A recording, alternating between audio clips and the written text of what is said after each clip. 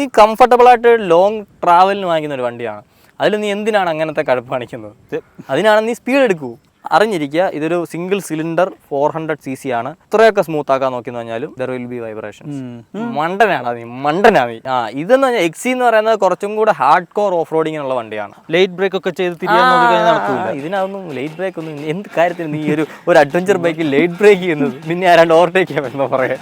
അങ്ങനെ കമ്പയർ ചെയ്യാം. എക്സ്പൾസ് വാങ്ങിക്കാൻ നിൽക്കുന്നവൻ ഒരിക്കലും ഇത് നോക്കേണ്ട കാര്യമുണ്ടെന്ന് എനിക്ക് തോന്നുന്നില്ല. ബിഗിനറിന് ഞാൻ ഒരിക്കലും ഒരു 400cc സജസ്റ്റ് ചെയ്യത്തില്ല.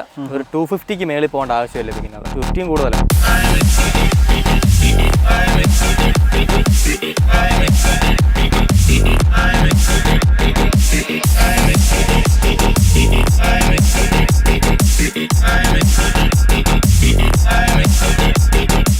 ഇറങ്ങ ആദ്യമായിട്ട് സ്ക്രാമും ഇങ്ങനെ ഉപയോഗിക്കുന്നത്.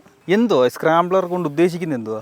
സ്ക്രാംബ്ലർ എന്ന് പറഞ്ഞാൽ യൂഷ്വലി ഓഫ് റോഡും ഓൺ റോഡും നമുക്ക് ഒരുപോലെ യൂസ് ചെയ്യാൻ പറ്റുന്ന വണ്ടികളാണ് scrambler. Street bikes, adventure bikes, അതിന്റെ നടുക്ക് വരും സ്ക്രാംബ്ലർ. സ്ട്രീറ്റിൽ നിനക്ക് നല്ല രസമായിരിക്കും, ഓഫ് റോഡിൽ നിനക്ക് നല്ല രസമായിരിക്കും. അറ്റ് ദ എൻഡ് അല്ല, രണ്ടിന്റെ മിക്സ് ആയതുകൊണ്ട് തന്നെ നിനക്ക് കുറച്ചും കൂടെ വെഴ്സറ്റൈൽ മോട്ടോർ സൈക്കിൾസ് ആണ്. അപ്പോൾ ഇതിന്റെ എക്സ് എന്തോ വരുന്നു? എക്സ് സ്ക്രാംബ്ലർ ആണ്. അപ്പോൾ ഇതെന്തോ? ഇത് എക്സി ആണ്, ക്രോസ് കൺട്രി എന്ന് പറയും ട്രയംഫ് ടേംസിൽ.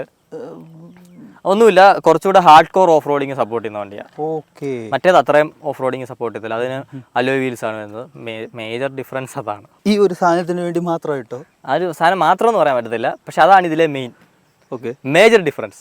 ബാക്കി അതിൽ അക്സസറി ആയിട്ട് വന്നിരുന്ന കുറെ കാര്യങ്ങൾ ഇതിൽ എനിക്ക് സ്റ്റാൻഡേർഡ് ആയിട്ട് കയറുന്നുള്ളതേ ഉള്ളൂ. Like windscreen, knuckle guard, beak, engine guard, അങ്ങനത്തെ കുറെ സാധനങ്ങൾ. പിന്നെ പുതിയ കളറും. ഇത് ഒഴിച്ച് കഴിഞ്ഞാൽ 3 കളറുണ്ട്. ഇത് ഗ്രേ, വൈറ്റ് ഉണ്ട്, യെല്ലോ ഉണ്ട്. ഓ, അപ്പോൾ ഇതെല്ലാം ഒഴിച്ച് നിർത്തി കഴിഞ്ഞാൽ മെയിൻ ഈ സാധനമാണ്. Tubeless spoke wheels. ഇത് അതിൽ കിട്ടൂലേ? അതിൽ കിട്ടൂല, അത് അലോയ് വീലാണ്. എക്സ് മേടിച്ച ആൾക്കാരുണ്ട്, അവർക്ക് ഈ ഒരു അലോയ് ഇടണമെങ്കിൽ ഭയങ്കര എക്സ്പെൻസീവ്. അല്ല, കിട്ടുമോ? ആക്സസറി ആയിട്ട് ഈ ഇതിന്റെ പാർട്ട് നമ്പർ കൊടുത്ത് ഓർഡർ ചെയ്തൊക്കെ വരുത്താം. സ്വാപ്പും ആണ്, സെയിമും ആണ്. പക്ഷേ വിഷയം എന്ന് പറഞ്ഞാൽ അത് ഭയങ്കര ഒരു മണ്ടത്തരമാണ്. ഭയങ്കര എക്സ്പെൻസീവാ, നല്ല എക്സ്പെൻസീവാ. അത് നല്ലതല്ലേ? നല്ലതെന്ന് പറഞ്ഞിട്ട് അങ്ങനെയാണ് നീ എന്തിനാ വണ്ടി എടുത്ത് ഇത് തന്നെ എടുത്താൽ പോരുന്നത്? ഇത് വരുന്നതിന് മുമ്പ് വാങ്ങിച്ചോ. അങ്ങനെയുള്ളവർക്ക് വേണമെന്നുണ്ടെങ്കിൽ ചെയ്യാം. ആ എക്സ്പെൻസ് നിനക്കൊരു വിഷയമല്ല, കാശ് പോട്ടെ, പവർ വരട്ടെ, മൈൻഡ് ആണെങ്കിൽ ഓക്കെ. പക്ഷെ അപ്പൊ നീ ചിന്തിക്കേണ്ട ഒരു കാര്യമുണ്ട്, ആ ഇൻവെസ്റ്റ്മെന്റ് ചെയ്തിട്ട് നീ അതിനനുസരിച്ച് അത് യൂട്ടിലൈസ് ചെയ്യുന്നുണ്ടോ എന്നുള്ളത്. അതും വാങ്ങിച്ചിട്ട് കാണാൻ കൊള്ളാലോ, റോഡിൽ ഓടിക്കാൻ മണ്ടനാണ് നീ. അല്ല, അത് ഇതിപ്പോ റോഡിൽ ഓടിക്കാൻ കംഫോർട്ടും ഉണ്ട്. ഇത് ലുക്കിനുള്ള പർപ്പസ്ഫുൾ ആണിത്. നീ റോഡിൽ ഇതിനേക്കാളും ബെറ്റർ അലോയ് തന്നെ. ഇടയ്ക്ക് എനിക്ക് ഇതുപോലെ കാട്ടിലും ഇടയ്ക്ക് കയറാൻ അത് തന്നെ ധാരാളം നിനക്ക്. ഇതെന്ന് പറഞ്ഞാൽ എക്സി എന്ന് പറയുന്നത് കുറച്ചും കൂടെ ഹാർഡ് കോർ ഓഫ് റോഡിങ്ങിനുള്ള വണ്ടിയാണ്. അല്ലാണ്ട് റോഡിൽ നിനക്ക് ലുക്കിന് വേണ്ടിയുള്ളതൊന്നും അല്ല. അങ്ങനെ നിനക്ക് എത്ര പൈസയുടെ കഴപ്പുണ്ടെങ്കിൽ നീ അത് പോയി എടുത്തു, ഒരു വിഷയമില്ല.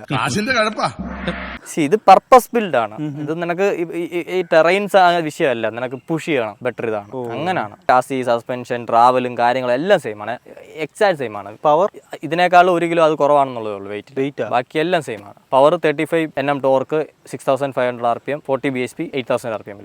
അതിലും ചേഞ്ച് ഒന്നുമില്ല. സെയിം എഞ്ചിൻ തന്നെ, സെയിം ഗിയർ ബോക്സ്. ഗിയറിംഗിനകത്ത് ഒരു വ്യത്യാസമില്ല, എക്സാക്ട് സെയിം. അതാണ് മെയിൻ. ഓക്കെ. സോ ഇനി ഇത് മെയിൻ ആയിട്ടുണ്ടെങ്കിൽ എങ്ങനെയുണ്ട് ഇത്? ഓ, പൊളി സാധനം. എങ്ങനെയുണ്ട് ഇത്? നീ അതും ഓടിച്ചിട്ടുണ്ട് ഇതേ ടെറൈൻ? അതിനേക്കാൾ ഇത് നിനക്ക് പുഷ് ചെയ്യാൻ നിനക്ക് ഫീഡ്ബാക്ക് ബെറ്റർ കിട്ടും. ഫീഡ്ബാക്കും കോൺഫിഡൻസും, ഈ 2 സാധനം മാത്രമേ അവിടെ ഉള്ളൂ. 2 സാധനം ബെറ്റർ ആണ്. ഓഫ് റോഡ്, ഓൺ റോഡ് അതാണ് കുറച്ചുകൂടെ ബെറ്റർ. ഓക്കെ എന്ന് പറയുമ്പോഴും നീ ആലോചിക്കേണ്ട ഒരു കാര്യമുണ്ട്, നിനക്കിത് വേണോ വേണ്ടോ എന്നുള്ളത്. അതാണ് ഞാനിങ്ങനെയൊക്കെ പറയും. പക്ഷെ നീ എത്രത്തോളം ഇതും കൊണ്ട് ഓഫ് റോഡ് പോയിട്ട് എത്രത്തോളം അക്രമം കാണിക്കുന്നു നോക്കാം. ചുമ്മാ ഇപ്പൊ ഈ സ്ഥലത്ത് നിനക്ക് വരണം, ആ വണ്ടിയും കൊണ്ട് നിനക്ക് ഭയങ്കര കംഫർട്ടബിൾ ആയിട്ട്. പക്ഷെ ആ വരുന്ന വരവ് തമ്മിൽ വ്യത്യാസം കാണും. ഞാൻ ചിലപ്പോൾ റോഡിൽ നിന്ന് ചാടി പറിച്ചെടുത്ത് ഫ്രണ്ട് വെക്കുകയോ അല്ലെ ബാക്ക് സ്ലൈഡ് ചെയ്യോ എടുത്ത് കുത്തിക്കായിരിക്കും വരുന്നത്. നീ സമാധാനത്തിലായിരിക്കും വരുന്നത്. നോക്കിയും കണ്ടു.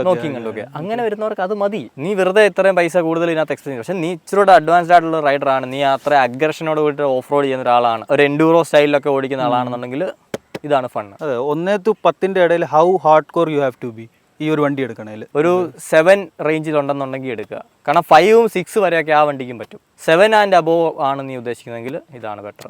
ഓക്കെ. അത് മൈൻഡ് വെച്ചേക്കുക, അതാണ് മെയിൻ കാര്യം. അല്ലാണ്ട് ഇത് വീല് മാറിയതോ പ്രൈസ് കൂടിയൊന്നുമല്ല. യൂസേജ് ആണ് ആദ്യം നോക്കേണ്ടത്. കാരണം എൻ്റെ പൈസയുണ്ട്, അതെടുക്കുക.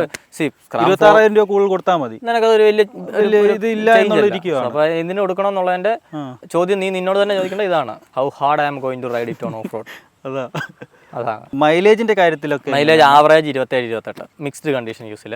ഏറ്റവും വേഴ്സ് പോകാൻ പോകുന്നത് 22 to 25 ആയിരിക്കും. ബെസ്റ്റ് കിട്ടാൻ പോകുന്നത് 30 to 35 കുഴപ്പമില്ല, ഡീസന്റ് മൈലേജ്. ഹൈവേയിൽ ഒരു 100 വരെ ഉള്ള സ്പീഡ്സിലാണെന്നുണ്ടെങ്കിൽ 32 to 35 ആ റേഞ്ച് വരാം. ഡെയിലി യൂസിൽ 60-ലൊക്കെ ഓടിക്കുന്ന സമയത്തും അല്ലെങ്കിൽ 60 to 80 റേഞ്ചിലൊക്കെ തന്നെ നമ്മൾ ട്രാഫിക്കിൽ വേരി ഓടിക്കുകയാണെന്നുണ്ടെങ്കിൽ അങ്ങനെ 27, 28, 29 ആ ഒരു ആവറേജ്. സിറ്റിക്കകത്താണ് നല്ല പൊളിയാണെന്നുണ്ടെങ്കിൽ 25. ഓക്കെ, ആ ഒരു ഇതിലും വരും. കുഴപ്പമില്ല, ഡീസന്റ് ആണ്. ഭയങ്കര ഫ്യൂൽ എഫിഷ്യന്റ് എന്നല്ല, 400 cc തന്നെ അങ്ങനെ നോക്കിയിട്ട് കാര്യമില്ല. കിട്ടുന്നത് കൊണ്ട് അങ്ങ് പോവുക, അത്രേ ഉള്ളൂ. പക്ഷെ ഭയങ്കര സ്മൂത്ത് ആണ് എഞ്ചിൻ, ഭയങ്കര രസമാണ് ഓടിക്കാൻ, ഭയങ്കര കാം ആൻഡ് റിലാക്സ്ഡ് ആയിട്ടുള്ള ഒരു എഞ്ചിനാണ്. വൈബ്രേഷൻസ് ഉണ്ട് ഇല്ലെന്നല്ല, ഒരു 7000 RPM പ്ലസ് നിനക്ക് റാറ്റ്ലിംഗ് എല്ലായിടത്തും ഫീൽ ചെയ്യും. പക്ഷേ ആ റീജിയനിലോട്ട് പോകേണ്ട ഒരു വണ്ടിയല്ല. 8000-ലാണ് പീക്ക് പവർ പ്രൊഡ്യൂസ് ചെയ്യുന്നത്. പിന്നെ അതിന് മണ്ടയ്ക്കോട്ട് നീ വലിച്ചെടുത്തിട്ട് കാര്യമില്ല. അല്ല, നമ്മൾ ഹൈവേയിൽ പോകുമ്പോൾ നീ എന്ന ഒരു കാര്യം ആലോചിക്കുക, ഈ വണ്ടിയിൽ 6th ഗിയറിൽ നീ 6500 RPM അല്ല 7000 RPM കീപ്പ് ചെയ്യുകയാണെന്നുണ്ടെങ്കിൽ 120+ ആയിരിക്കും നീ പോകുന്നത്. ഓക്കെ, പിന്നെ കുഴപ്പമില്ല. ഇല്ല, കാരണം 6th ഇട്ട് നമ്മുടെ നോർമൽ റോഡിൽ തന്നെ 6th ഇടുമ്പോഴത്തേക്ക് തന്നെ വണ്ടി ഇപ്പം നീ ഒരു 5500 ഷിഫ്റ്റ് ചെയ്താണ് 6th ഇടുന്നതെന്ന് വെച്ചോ, നീ നോക്കുമ്പോൾ മീറ്ററിൽ നീ 80 മേളിലായിരിക്കും. അതെ അതെ. നിനക്ക് ഈ നമ്മുടെ സാധാരണ റോഡിൽ പോകാനായിട്ട് 4500 RPM മതി ഇതിൽ 6th ഗിയർ. ഈസി ആയിട്ട് 80+ കയറുന്നുണ്ട്. കാരണം 35 Nm ടോർക്ക് നീ 6500 പ്രൊഡ്യൂസ് ചെയ്യുമ്പോഴത്തേക്ക് ഓൾമോസ്റ്റ് 80% ടോർക്ക് നിനക്ക് റൈറ്റ് ഫ്രം 2000 RPM ഐഡ്ലിങ്ങിലെ നിനക്ക് അത്രയും ടോർക്ക് ഉണ്ട് വണ്ടിക്ക്. അപ്പോൾ തന്നെ നീ സെക്കൻഡിൽ ഇട്ടുകൊണ്ട് നിനക്ക് ഏത് സിറ്റുവേഷനിലും വണ്ടി എടുക്കാം.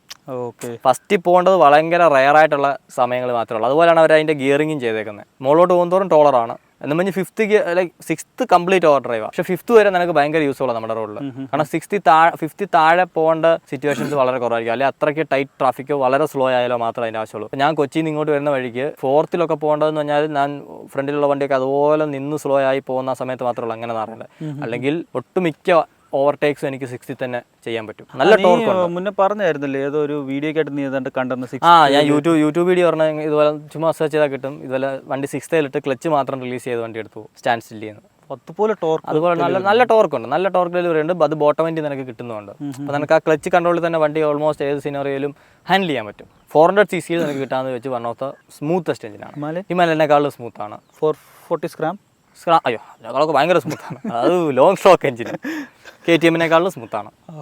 ഓക്കെ, അതെപ്പോഴും അങ്ങനെയാണല്ലോ. അപ്പം അങ്ങനെ നീ നോക്കേണ്ട കാര്യമില്ല. പക്ഷെ അറിഞ്ഞിരിക്കുക, ഇതൊരു സിംഗിൾ സിലിണ്ടർ 400 cc ആണ്. ഇത്രയൊക്കെ സ്മൂത്ത് ആക്കാൻ നോക്കിയെന്ന് പറഞ്ഞാലും there will be vibrations.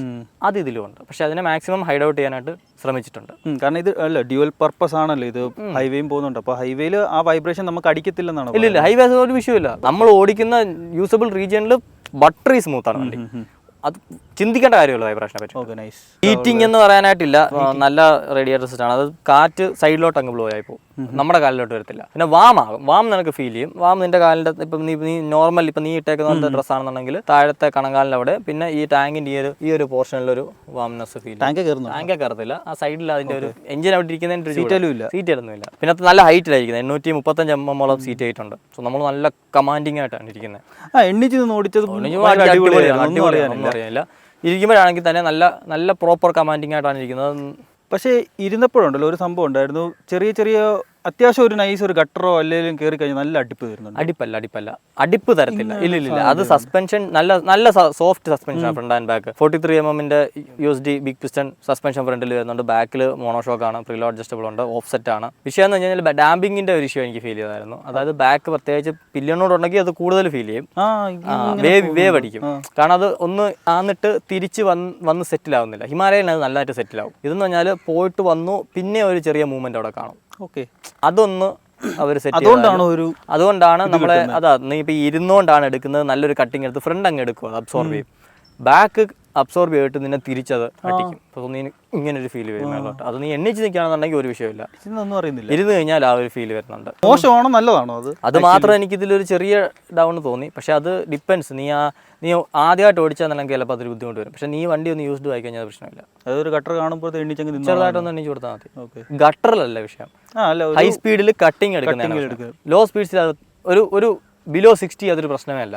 Up to 60 പ്രശ്നമല്ല. 60ക്ക് മുകളിൽ ഒരു 80-ലൊക്കെയാണ് ചാടുന്നുണ്ടെങ്കിലാണ് കൂടുതൽ വരുന്നത്. അത് സസ്പെൻഷൻ ബിഹേവിയർ അങ്ങനെ. അത് കംഫർട്ടിന് വേണ്ടിയിട്ടും ഓഫ് റോഡിൽ അത് നീ മാക്സിമം സംഭവങ്ങൾ അബ്സോർബ് ചെയ്യാനും വേണ്ടി സെറ്റ് ചെയ്തേക്കുന്നത് ആയതുകൊണ്ടാണ് റോഡിൽ നിനക്ക് വരുമ്പോഴത്തേക്ക് അങ്ങനെ ഫീൽ ചെയ്യുന്നത്. പിന്നെ ബ്രേക്ക് കുറച്ച് കമ്മിയായിട്ട് തോന്നിയില്ലേ? ബ്രേക്ക് കമ്മിയല്ല, അത് അഡ്വഞ്ചർ ബൈക്കിലും സ്ക്രാംബ്ലർ ബൈക്സിലും നമുക്ക് എപ്പോഴും ഒരു റോഡ് ബൈക്ക് കിട്ടുന്നതിൻ്റെ അത്രയും ഷാർപ്പ് ബ്രേക്സോ അല്ല സ്റ്റോപ്പിംഗ് പവറോ ഒരിക്കലും കിട്ടത്തില്ല. പ്രത്യേകിച്ച് നീ ട്രക്ഷൻ ഓടിച്ചിട്ട് ഇതിലോട്ട് കയറുന്നതുകൊണ്ടാണ് അത്രയും വലിയ ഡിഫറൻസ് ഫീൽ ചെയ്യുന്നത്. ട്രക്ഷൻ പക്ക ഷാർപ്പാണ്, എന്നാലും അതിനകത്തും കുറച്ച് പ്ലേയും പരിപാടിയൊക്കെ ഉണ്ടായിരുന്നു. പ്ലേ അല്ല ഞാൻ പറയുന്നത്, ആ ഒരു ബ്രേക്ക് അപ്ലൈ ആയി കഴിഞ്ഞിട്ടുള്ള ലൈക്ക് ബൈറ്റ് ഭയങ്കര സ്മൂത്താണ്.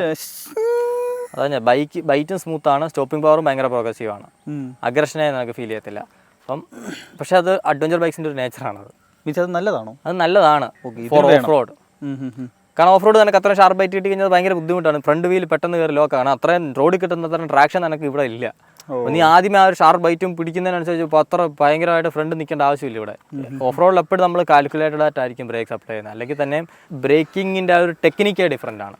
അപ്പോൾ റോഡിൽ ഓടിക്കുമ്പോഴത്തെ ഈ വണ്ടികൾ നീ റോഡിൽ ഓടിക്കുമ്പോൾ അഡ്വഞ്ചർ ബൈക്ക് ആയിക്കോട്ടെ സ്ക്രാംബ്ലേഴ്സ് ആയിക്കോട്ടെ, റോഡിൽ ഓടിക്കുമ്പം ശാന്തമായിട്ട് പോകാൻ, ശാന്തം മീൻസ് ലോ സ്പീഡ്സിൽ പോകാന്നല്ല, അഗ്രഷൻ റോഡിൽ അങ്ങ് കട്ടുന്ന ഒരു റേസ് ബൈക്ക് ഓടിക്കുന്ന പോലെ, അല്ലെങ്കിൽ ഒരു സ്ട്രീറ്റ് കയറ്റി ഒരു ഡ്യൂക്ക് ഓടിക്കുന്നതിന്റെ ആ ഒരു അഗ്രഷൻ നീ ഒരിക്കലും ഒരു സ്ക്രാംബ്ലർ കാണിക്കാൻ പോകല്ലോ. നിനക്ക് അങ്ങനെ ഒരു മൈൻഡ് സെറ്റ് ആണെന്നുണ്ടെങ്കിൽ ഇതിന്റെ തന്നെ സ്പീഡ് 400 എടുത്തു, അത് സപ്പോർട്ട് ചെയ്യും. സ്ക്രാംബ്ലേഴ്സിന് എപ്പോഴും ആ ഒരു ഫ്രണ്ട് ഡൈവ് ഉണ്ടാവും, ബ്രേക്ക് അതുപോലെ ആ ഒരു പ്രോഗ്രഷൻ അതിന് ഉണ്ടാവും. അപ്പൊ അതൊക്കെ മനസ്സിലാക്കി ഓടിക്കുക, അല്ലാണ്ട് നോക്കുവാണെങ്കിൽ ഹിമാലയന്റെ കുറച്ചും കൂടെ ബെറ്റർ അല്ലേ ബ്രേക്കിംഗിന്റെ കാര്യത്തിൽ? ഹിമാലയൻ നമുക്ക് കുറച്ചുകൂടെ ബ്രേക്കിംഗ് ഒരു ഫീൽ ആൻഡ് ഫീഡ്ബാക്ക് കുറച്ചുകൂടെ നൈസായിട്ട് കിട്ടുന്നുണ്ട്. ഇവരുടെ അഡ്ജസ്റ്റബിൾ ലിവറിന്റെ ആണോ എന്ന് എനിക്കൊരു പ്രശ്നമുണ്ട്. കാരണം ഞാൻ ഇതിൽ പല സെറ്റിംഗിൽ ഇട്ട് കഴിഞ്ഞാൽ പല ഫീഡ്ബാക്ക് ആണ് ഫ്രണ്ട് ബ്രേക്കിന് കിട്ടുന്നത്. അങ്ങനെയുണ്ട്. അത് മൊത്തത്തിൽ ഇതിന്റെ കേബിൾ ഉൾപ്പെടെ എല്ലാം സെറ്റ് ആക്കിയല്ലേ? അത് എന്താണെന്ന് എനിക്ക് അറിഞ്ഞൂടാ. ഇനി അത് ആ യൂണിറ്റിന്റെ ഇഷ്യൂ ആണോ നമുക്ക് കിട്ടിയ ബൈക്കിന്റെ ഇഷ്യൂ ആണോ അറിയത്തില്ല. പക്ഷേ 4L ഇടുമ്പോഴാണ് എനിക്ക് ഏറ്റവും ബെസ്റ്റ് ഫീഡ്ബാക്ക് ഫീൽ ചെയ്തത്. അതായത് പിടിക്കുമ്പോൾ നിൽക്കുന്നുണ്ടെന്നാണോ? പിടിക്കുമ്പോൾ ലിവർ നിനക്ക് അല്ല ഭയങ്കര വുഡി ഫീൽ വരും. ഇത് വുഡി ഫീൽ വരും. 1-ലൊക്കെ ഇട്ടാൽ ഭയങ്കര വുഡിയാ.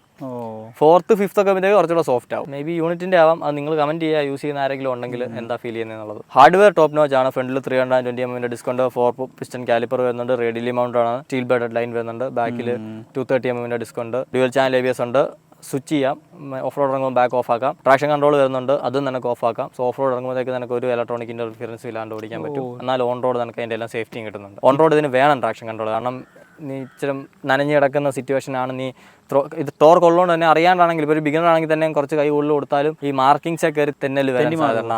ഓക്കെ, അപ്പം അത് അവിടെ അത് ഇന്റർവ്യൂ ചെയ്ത് നൈസായിട്ട് സേഫ് ആക്കിയും കൊണ്ടുപോകുള്ളൂ. പിന്നെ നീ ഇത് പറഞ്ഞ പോലെ ഈ വീൽ ഇത്രയും വലുതായ കാരണത്താൽ ഈ മറ്റേ പറ്റത്തില്ല. അതാണ് ഞാനതാ പറഞ്ഞത്. സ്ട്രീറ്റ് ബൈക്കിന്റെ അത്രയും നിനക്ക് ഒരു കോർണറിങ്ങിൽ ആ ഒരു പ്ലാന്റഡ് ഫീല്, നീ പറയുന്ന ലൈനിൽ കൂടി ഇതും പോകും. പക്ഷെ അത്ര അഗ്രഷനിൽ പോകാൻ പറ്റത്തില്ല. നീ ഡൗൺ ഒക്കെ ചെയ്ത് ഫുള്ള് അത് ആ പരിപാടി ഇതേ നടക്കത്തില്ല. ഇത് കുറച്ചുകൂടെ ഫ്ലോയിങ് ആയിരിക്കണം. ഒരു കോർണർ വന്ന് നീ ഫ്ലോയിൽ എടുക്കണം.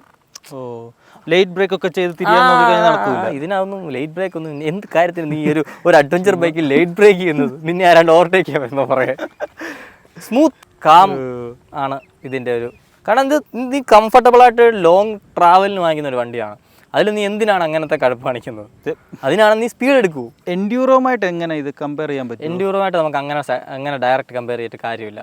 എൻഡ്യൂറോയ്ക്ക് പറ്റാത്ത ഒത്തിരി കാര്യങ്ങൾ ഇതിന് പറ്റും, ഇതിന് പറ്റാത്ത കുറേ കാര്യങ്ങൾ എൻഡ്യൂറോയ്ക്കും പറ്റും. അതെന്താ കാര്യങ്ങൾ? എൻഡ്യൂറോ സൈക്കിൾ ഓടിക്കുന്ന പോലെ ഇത്തിരി ടെറൈനിലൂടെ ഒക്കെ എത്തിട്ട് ഞാൻ എടുത്തിട്ട് കിളയ്ക്കാം ആ വണ്ടി. ഇത് നിനക്ക് അത്ര ഇതിന് കുറച്ച് ഇത് ഹെവിയാണ്, നിനക്ക് ആ ഹെവി ഫീൽ ഉണ്ട്, കുറച്ചും കൂടെ വണ്ടിക്ക് വലിപ്പമുണ്ട്. അപ്പോൾ അത് അഫക്ട് ചെയ്യുന്നുണ്ട്. എൻഡ്യൂറോ അങ്ങനെ ഭയങ്കര നിമ്പിളാണ്. നിനക്ക് നീയും വണ്ടി ഒറ്റ യൂണിറ്റ് ആണ്.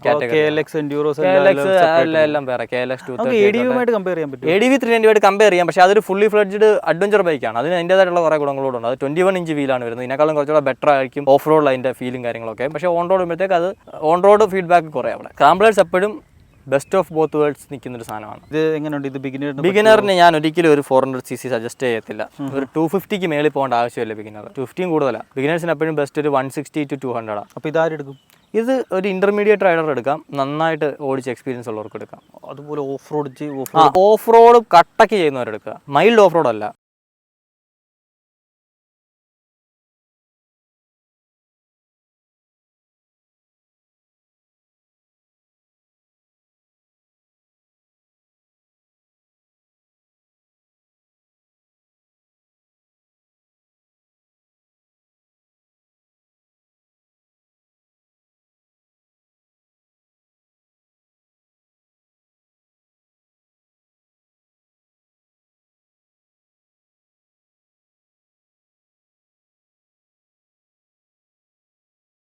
ഇതേ നിനക്ക് ആ ഒരു ഫ്രീഡം കിട്ടത്തില്ല അത്രയും. പിന്നെ റൈഡറിനെ ഡിപ്പെൻഡ് ചെയ്തിരിക്കും. പ്രൊഫഷണൽ റൈഡർ ആണെന്നുണ്ടെങ്കിൽ പുള്ളിക്ക് ഇത് എക്സ്പൾസ് ഓടിക്കുന്ന പോലെ ഓടിക്കാന്നേ ഉള്ളൂ. ഓ, അങ്ങനെ കമ്പയർ ചെയ്യാം. എക്സ്പൾസ് വാങ്ങിക്കാൻ നിൽക്കുന്നവൻ ഒരിക്കലും ഇത് നോക്കേണ്ട കാര്യമുണ്ടെന്ന് എനിക്ക് തോന്നുന്നില്ല. വിലയിൽ തന്നെ നല്ല ഡേ ആൻഡ് നൈറ്റ് ഡിഫറൻസ് ആണ്, പെർഫോമൻസിൽ നല്ല ഡേ ആൻഡ് നൈറ്റ് ഡിഫറൻസ് ആണ്. എക്സ്പൾസ് എന്തുകൊണ്ടാണ് ആളുകൾ ഇങ്ങനെ കമ്പയർ ചെയ്യുന്നത് അറിയാം? നമ്മുടെ ഇന്ത്യയിലെ ഏറ്റവും ആക്സസിബിൾ ആയിട്ടുള്ള ഒരു അഡ്വഞ്ചർ ബൈക്ക് അതായതുകൊണ്ടാണ്. അപ്പം അതുമായിട്ട് നീ KTM 390 വരെ വേണേൽ കമ്പയർ ചെയ്യും. ഞാൻ അത് എടുക്കണോ എക്സ്പൾസ് എടുക്കണോ? എക്സ്പൾസ് എടുക്കാൻ മൈൻഡ് ഉള്ളൊരുത്തരാണെന്നുണ്ടെങ്കിൽ അത് എല്ലാം കമ്പയർ ചെയ്യാൻ അതെല്ലാം പറ്റുമോ? എല്ലാം പൈസ ഉള്ളവനാണെങ്കിൽ പോലും ആലോചിക്കും. കാരണം ഞാൻ അത്രയും പൈസ ഉള്ളവനെ എക്സ്പൾസ് വാങ്ങിക്കാൻ പോകുന്നത് സെക്കൻഡറി ബൈക്കായിട്ട്. അവൻ ഒരിക്കലും അവന്റെ പ്രൈമറി ബൈക്ക് എക്സ്പൾസ് ആക്കാൻ പോകുന്നില്ല. പവർ കൂടുതൽ അവൻ ചിലപ്പോൾ ഇതിന്റെ 1200 കയ്യിലുള്ള ഒരുത്തൻ എക്സ്പൾസ് കൂടെ വാങ്ങിച്ചു വെക്കും. കാരണം അവന് ചുമ്മാ ഈവനിങ് ഒന്ന് കഴപ്പ് കാണിക്കണം, ഒരു കുത്തി കഴപ്പ് വീട്ടിൽ ഇരിക്കുമ്പോൾ ഒന്ന് തീർക്കാൻ ഇറങ്ങണം എന്ന് തോന്നിയാൽ ചിലപ്പോൾ അവൻ അതെടുത്തോണ്ട് ഇറങ്ങും. പക്ഷെ അവൻ ഇതിലായിരിക്കും ലോങ് ടൂർ പോകുന്നതോ അല്ലെങ്കിൽ വലിയൊരു സീരിയസ് റൈഡ് നടത്തുന്നത്. സർവീസ് എങ്ങനെയുണ്ട്? സർവീസിന്റെ ഒരു കാര്യം അടിപൊളിയാണ്. ഒരു വർഷത്തിൽ ഒരിക്കലല്ലെന്നുണ്ടെങ്കിൽ 16,000 കിലോമീറ്റർ ആണ് സർവീസ് പറയുന്നത്. സംഭവം തന്നെ. അത് ട്രയംഫ് സാധാരണ അവരുടെ വണ്ടികൾക്കെല്ലാം അത്രയാണ് കൊടുക്കുന്നത്. അപ്പം നല്ല ഓട്ടോ ഉള്ളവനാണ് നീ എന്നുണ്ടെങ്കിൽ നിനക്ക് നല്ല ലാഭമായിരിക്കും. കാരണം വർഷത്തിൽ നിനക്ക് അങ്ങനെ വലിയ 2 സർവീസൊക്കെ വരാൻ പോകുന്നുള്ളൂ. അപ്പോൾ ആഫ്റ്റർ വണ്ടി മേടിച്ചിട്ട് വലിയ ചിലവൊന്നും ഇല്ല. ഈ പേടിക്കുന്ന പോലത്തെ ചിലവൊന്നുമില്ല. സർവീസിന് കയറ്റുമ്പോൾ കുറച്ചാവും. അത് ഈ പറയുന്ന പോലെ അയ്യോ അങ്ങനെ വലിയ തുകയല്ല, ഒരു 5,000 രൂപയ്ക്കുള്ളൊക്കെ ഞാൻ ആവാൻ പോകുന്നു. 5,000 അകത്ത് 16,000 കിലോമീറ്റർ. അതാണ്. അപ്പൊ നീ ഒന്ന് ആലോചിച്ച് നോക്ക്, മറ്റേ വണ്ടികളെല്ലാം 6,000 ഒരു 3 പ്രാവശ്യം സർവീസ് ചെയ്യുന്ന തുക അതിലും കൂടുതൽ മേ ബി വരുള്ളൂ. ഈ വണ്ടി അതിപ്പോ ഒരു പ്രാവശ്യം വർഷത്തിൽ ഒരിക്കലും സർവീസ് വരുന്നുള്ളൂ. ഓ ശരിയാ. മറ്റേ തന്നെ 900 വെച്ചൊക്കെ ആ ഒരു സർവീസിന് തന്നെ. ഇപ്പൊ എത്ര 3 സർവീസ് ആകുമ്പോൾ തന്നെ 3,000 ആയി. ഏറ്റവും മിനിമം 1,000 രൂപയ്ക്ക് താഴത്തെ കൂട്ടുമ്പോൾ ഒരിക്കലും ഇതിനോട് ഈക്വലന്റ് വരുന്ന ഒരു വണ്ടിയും ആ റേഞ്ചിലല്ല സർവീസ് ചെയ്യുന്നത്. ശരിയാ. മിനിമം നീ ഒരു 2,500 രൂപ ഒരു സർവീസിനിട്ട് കൂട്ടിയാലും ഇതാണ് ലാഭം. എക്സോസ്റ്റിനകത്ത് മാറ്റങ്ങളൊന്നും ഇല്ല. എക്സോസ്റ്റിനകത്ത് എക്സിനുള്ള സെയിം എക്സോസ്റ്റ് തന്നെയാണ്. വെറുതെ ഒന്ന് കേട്ടേക്കാം.